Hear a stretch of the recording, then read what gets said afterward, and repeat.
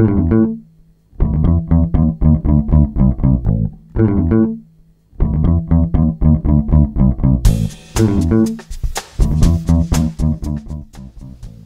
hope you're not disturbed by all the sound of the fans going around me. It's sweltering here again in Chicago. Welcome back to Rob's Feed today. This is episode number 74, and I'm Rob Schendel. We had one nice week. Last week was a great week. It was temperatures moderate 70s, very low humidity. All weekend it was good. And now it's back to just same old shit. And I can't do crap when it's that bad.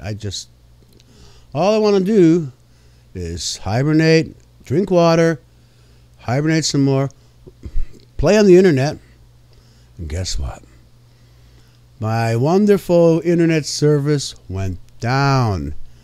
Came back after a bit, but and you got to expect that. It's new technology. Things go awry. There's all these towers all over the place that support the signal, and the tower that supports my signal had a problem today. It only lasted for 2.5 hours, but it was not the day I needed to be without the internet.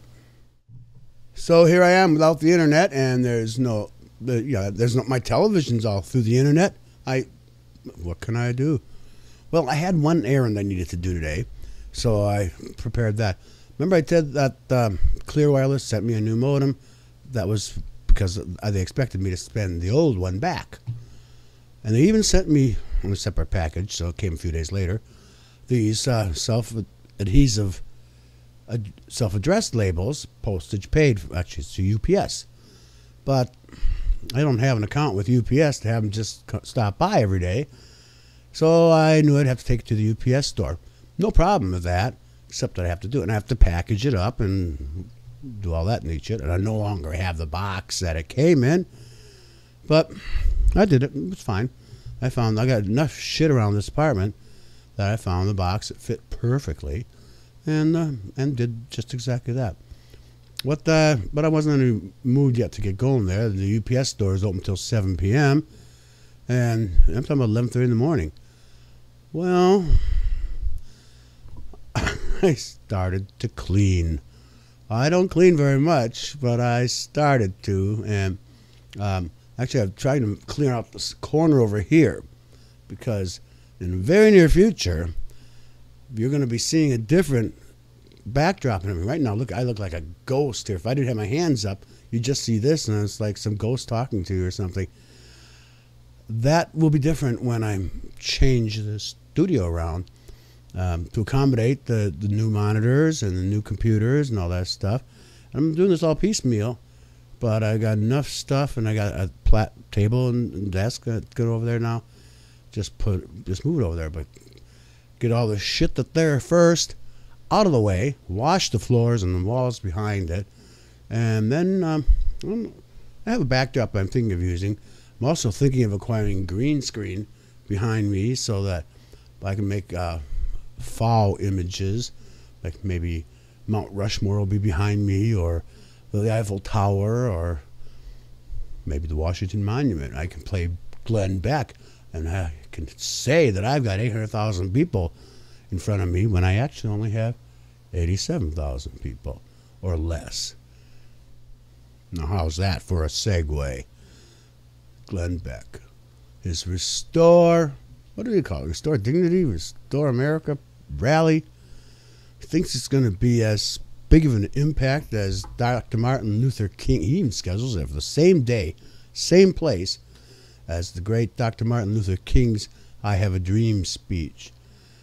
13 years ago, no, more, 15 years ago, the Million Man March got 800,000 people in the same location. Glenn Beck claims he had 700,000 people. I guess CBS News estimated 78,000. Glenn Beck is such a fucking liar. I so support my Facebook friend Angelo and his Stop Beck campaign. I just heard him on feed from an Austin conservative talk radio show talking. The host there hung up on him. But and either on Twitter or on Facebook, go up to Stop Beck. And actually go to stopbeck.com and see what this idiot's all about if you don't already know for yourself. I know I sound like I'm jealous. Well, you know what?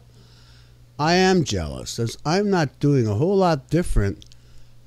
What I do here is not that much different than what Glenn Beck does on his program, except I don't cry. I don't have the resources of the Fox blank channel behind me. I'm not paid $1 million some a year. I can't even buy a little MacBook to put over there until I get the money, and I just save a little bit each week, a little bit each week. He gets paid $1 million something. And I don't make up shit. I don't lie. I'm not a racist. Yeah, I'm jealous of Glenn Beck. If he, why not me? Because I do pretty well the same thing he does. Except that I'm fair and honest. And liberal. So it was about 11:30 when the internet went out this morning, and I called, and then I putzed around and cleaned and sorted some more, and pretty well actually procrastinated going to the UPS store with that package.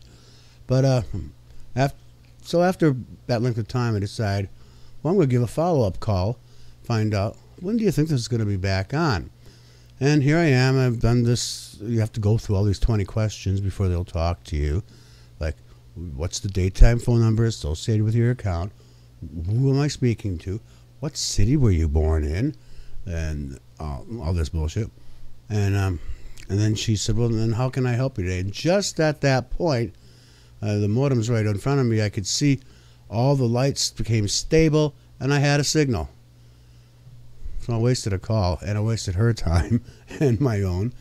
But then once the internet was back on, I had to catch up on what I had been missing for the last 3.5 hours, which meant a ton of email, and it meant this Twitter feed and this Facebook listing and all this stuff on eBay that I was trying to tend to. So, but I did make it to the UPS store. As I said, I made there about 6 o'clock. They closed at 7.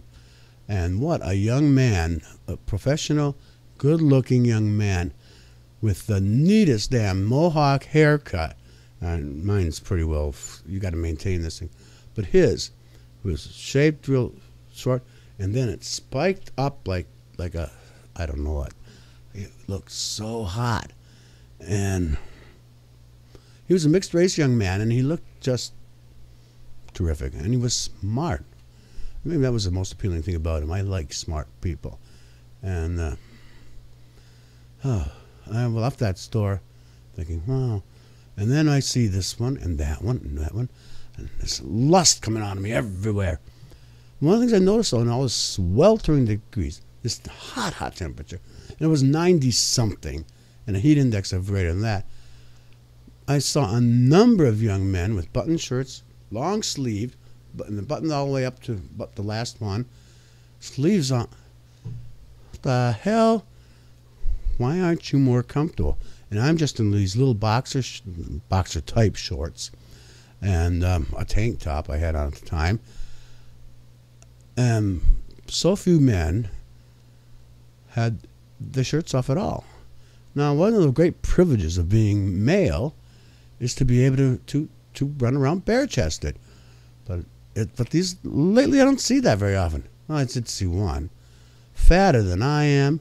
I'd say he must have had like a 58-inch waist. Other than that, though, he was a young enough guy. If you looked at the nice hair on his chest and stuff, he was just fat.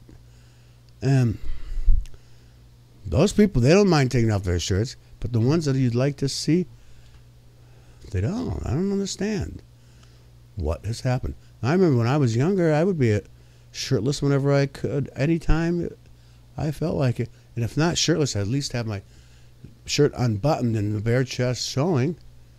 But these days, it's not the case. I don't get it. If you have an answer, let me know.